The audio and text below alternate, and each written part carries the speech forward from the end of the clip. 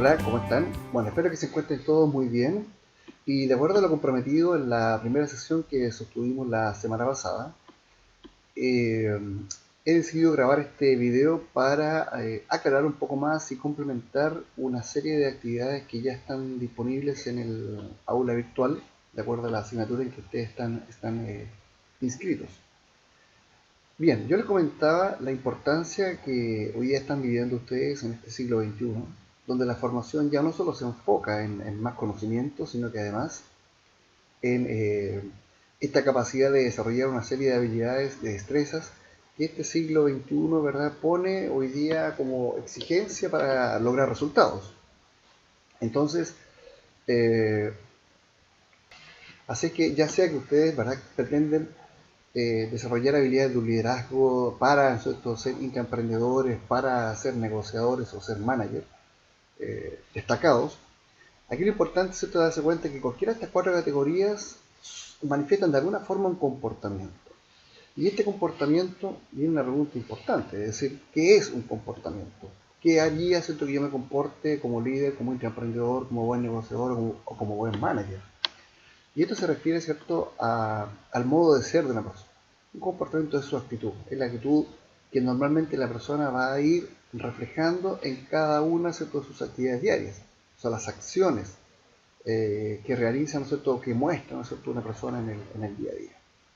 Ahora, de acuerdo a la teoría del comportamiento humano, bien la pregunta es, ¿qué va a determinar cómo nos vamos a comportar en forma regular en nuestro día a día? Y aquí quiero rescatar los conceptos que vimos en las primeras sesiones, en la primera sesión, que según un reciente estudio, ¿verdad?, de las cualidades de las personas que logran resultados positivos, la actitud es sin duda la más importante. Solo un 15% de las razones por las cuales yo voy a tener los resultados van a estar relacionadas con las calidades, ¿no es cierto?, técnicas, los conocimientos que yo pueda tener, es decir, con el conocimiento puro. Y como complemento, el 85% corresponde a actitud, a motivación, a capacidad de lograr relación con otras personas. A lo que normalmente estamos llamando hoy en día la inteligencia emocional. Entonces surge la pregunta, ¿qué hace que las personas puedan desarrollar, ¿verdad?, su potencial? A mí lo que me interesa es que los alumnos de esta asignatura no solamente absorban conocimientos respecto de los contenidos que vamos a tratar en estas sesiones, en todas las sesiones que corresponden ya sea al taller o a los cursos que estemos desarrollando, sino que también cómo poder ir entrenando las habilidades asociadas a estos conocimientos para que puedan efectivamente ponerlos en práctica en su día a día y posteriormente en su vida laboral. Por lo tanto, resulta indispensable, resulta fundamental que podamos conocer el cerebro y, dado eso, conocer, ¿verdad?, la relación que hay hoy en día entre el cerebro y management en general, que es la neurociencia aplicada, ¿verdad?, al management. ¿Y qué es neurociencia? Comentábamos, ¿no es cierto?, son un conjunto de disciplinas científicas que lo que van a hacer, ¿no es cierto?, es estudiar cómo funciona el sistema nervioso central nuestro, cuál es el objetivo que busca, y cómo estos diferentes elementos se conjugan, ¿verdad?, para dar las bases biológicas de la conducta. Explicarnos esto biológicamente por qué nos comportamos como nos comportamos. Eso va a permitir que yo pueda ser un mejor negociador, un mejor líder, un mejor intraemprendedor, ¿verdad?, y efectivamente, y un mejor manager en mi actividad diaria, ya sea en la empresa, ¿no es cierto?, incluso en mi vida personal. Hablamos, recuerden que todo esto parte con una fuerza bastante importante, sobre todo en los años 90 en Estados Unidos, que se denomina como la década del cerebro, donde les comentaba que una serie de investigaciones y avances tecnológicos pudieron darnos a conocer, ¿verdad?, en cerebros vivos, qué pasaba en nuestro cerebro, qué va ocurriendo en la medida que nosotros vamos teniendo una serie de conductas y comportamientos. El conocimiento entonces de este cerebro ha permitido que yo pueda determinar hoy día una cosa determinada. El cerebro interviene en todo lo que hacemos, lo que sentimos y lo que pensamos. En cómo y qué sentimos va a determinar qué comemos, cuándo comemos, cuánto comemos, va a determinar si hago o no actividad física y además qué tipo de actividad física yo realizo. Entonces la pregunta es cómo funciona el cerebro. Y acá un elemento importante que yo lo he insistido y me interesa que no solamente ustedes aprendan, les insisto, los contenidos y van a ser evaluados estos contenidos o aplicaciones, sino que además ustedes también vuelvan a recuperar el potencial del cerebro de acuerdo al buen trato que le vamos a dar. Entonces, para sostener un comportamiento, ¿no es cierto?, que potencie los resultados que ustedes tengan, es clave conocer qué es el cerebro.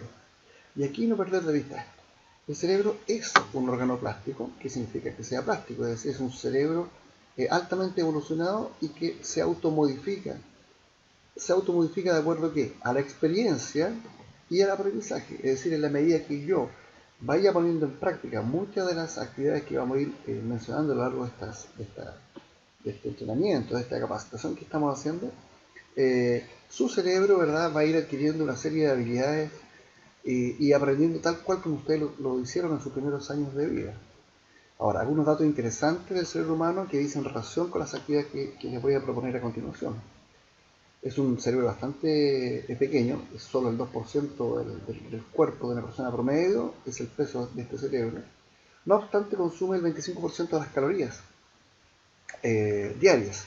Requiere glucosa para funcionar, la verdad que técnicamente la que la requiere son las células gliales que apoyan el funcionamiento, que son el soporte de las neuronas, pero el cerebro para funcionar de una manera resumida se menciona que es la glucosa que vamos consumiendo.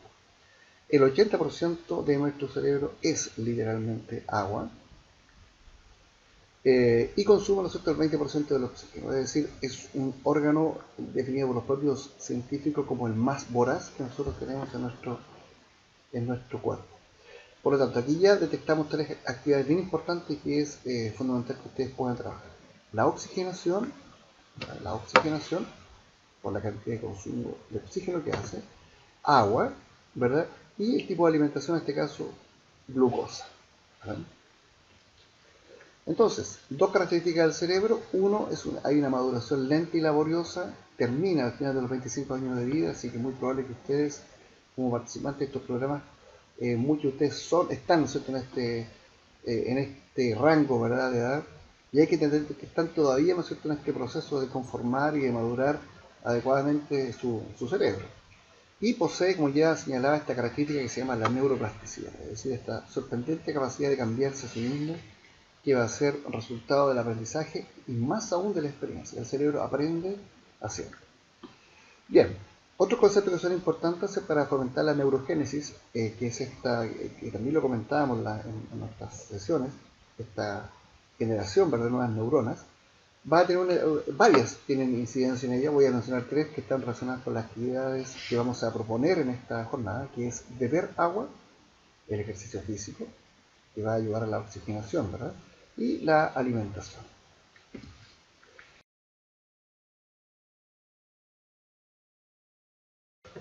Bien, vamos a revisar lo que está ahora aquí en el aula virtual. Y aquí van a ver, aquí están viendo el aula virtual, lo que está, pueden revisar acá.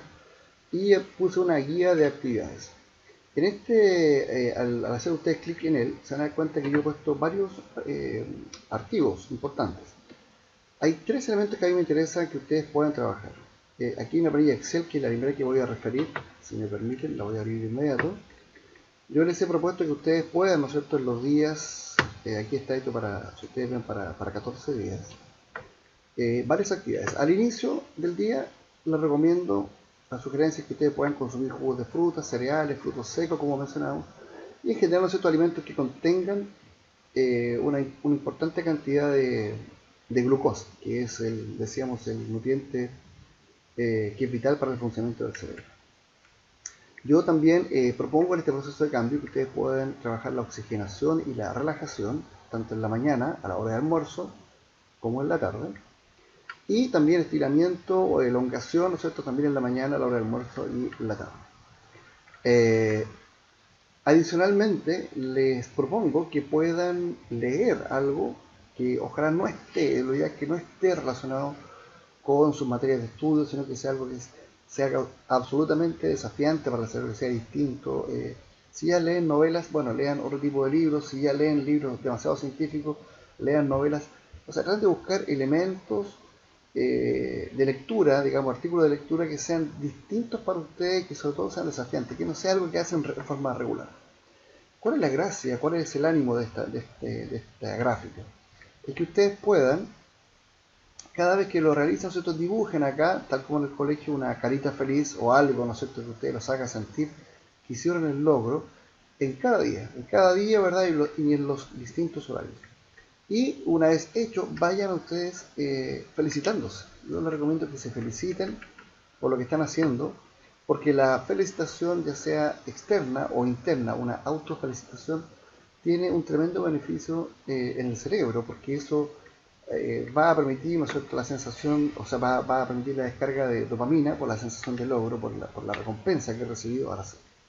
Y póngase usted una meta. Ok, si cada 3 días son capaces de cumplirlo en forma seguida, dense un premio, que puede ser, tú lo definen ustedes, una satisfacción, un descanso, ver una película, etc. Eso va a reforzar, ¿no es cierto?, la conformación de estos hábitos. Vuelvo a la imagen acá vuelvo a la imagen de lo que está en la guía de actividades. Aquí ustedes ven la ruta del cambio que acabamos de revisar. Y yo he puesto acá dos ejercicios, dos videos de ejercicio de estiramiento, el 1 y el 2. Véanlo lo que a ustedes más les acomode, lo que más les resulte más sencillo.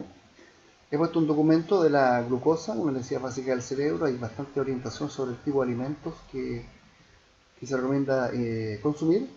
Y hay unas indicaciones, ¿cierto?, generales para los estiramientos, que van a apoyar estos videos que están puestos aquí de ejercicios de estiramiento. Y por último, hay un video también de respiración abdominal o diafragmática que explica cómo, ¿no es cierto?, podemos ir aprendiendo a respirar y sacar los máximos beneficios. Todo este material apoya, como yo les decía, esas tres actividades. La actividad física, el estiramiento, la elongación, que le hace muy bien al cerebro, la actividad física, la alimentación a través de la glucosa y la oxigenación. Recuerden que son los tres elementos que mencionábamos ahí en el video. Ojalá que les vaya súper bien. En las próximas sesiones vamos a seguir, yo les voy a seguir preguntando qué tal, ¿no es cierto?, avanzan con esta actividad, y ojalá que les sea tremendamente útil. Un abrazo y nos vemos en la próxima sesión.